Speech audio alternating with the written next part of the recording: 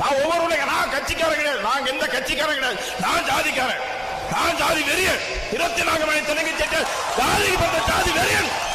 2021 சட்டமன்ற தேர்தலில் கொங்கு மக்கள் தேசிய கட்சி வந்து டிஎம்கேவோட கூட்டணியில் இருந்துச்சு.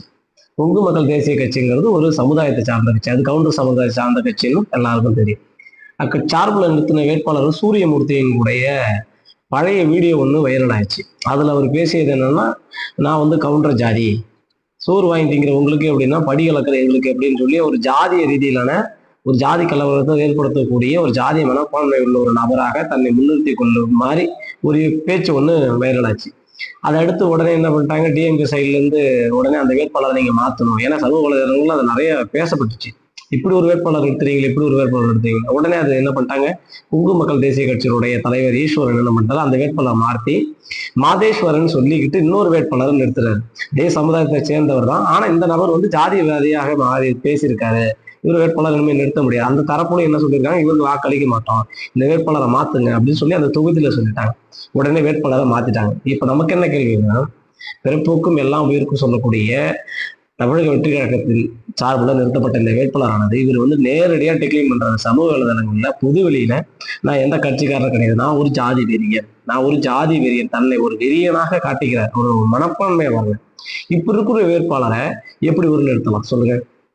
பெரியாரையும் அம்பேத்கரையும் கொள்கை தலைவராக கொண்ட ஒரு கட்சி ஜாதி வெறியன்னு தன்னை முன்னிறுத்திக்கிற ஒரு நபரை எப்படி ஒரு சட்டமன்ற தேர்தல் வந்து ஜனநாயக தேர்தல், அந்த தேர்தலில் அனைத்து தரப்பாரும் வாக்களிப்பாங்க.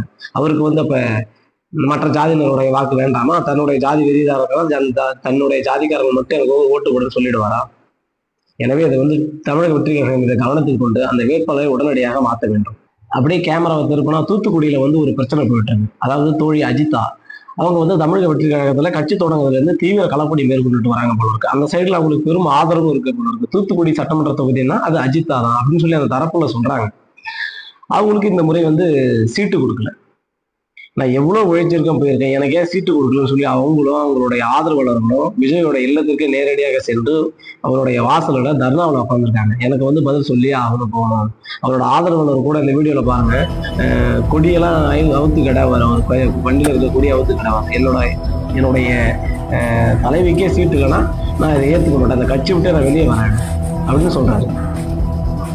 ஒரு பக்கம் ஜாதியவாதிகளுக்கு சீட்டு, இன்னொரு பக்கம் களப்பணி மேற்கொண்ட ஒரு பெண்ணுக்கு சீட்டு இல்லை. இது எப்படி பாக்குறது?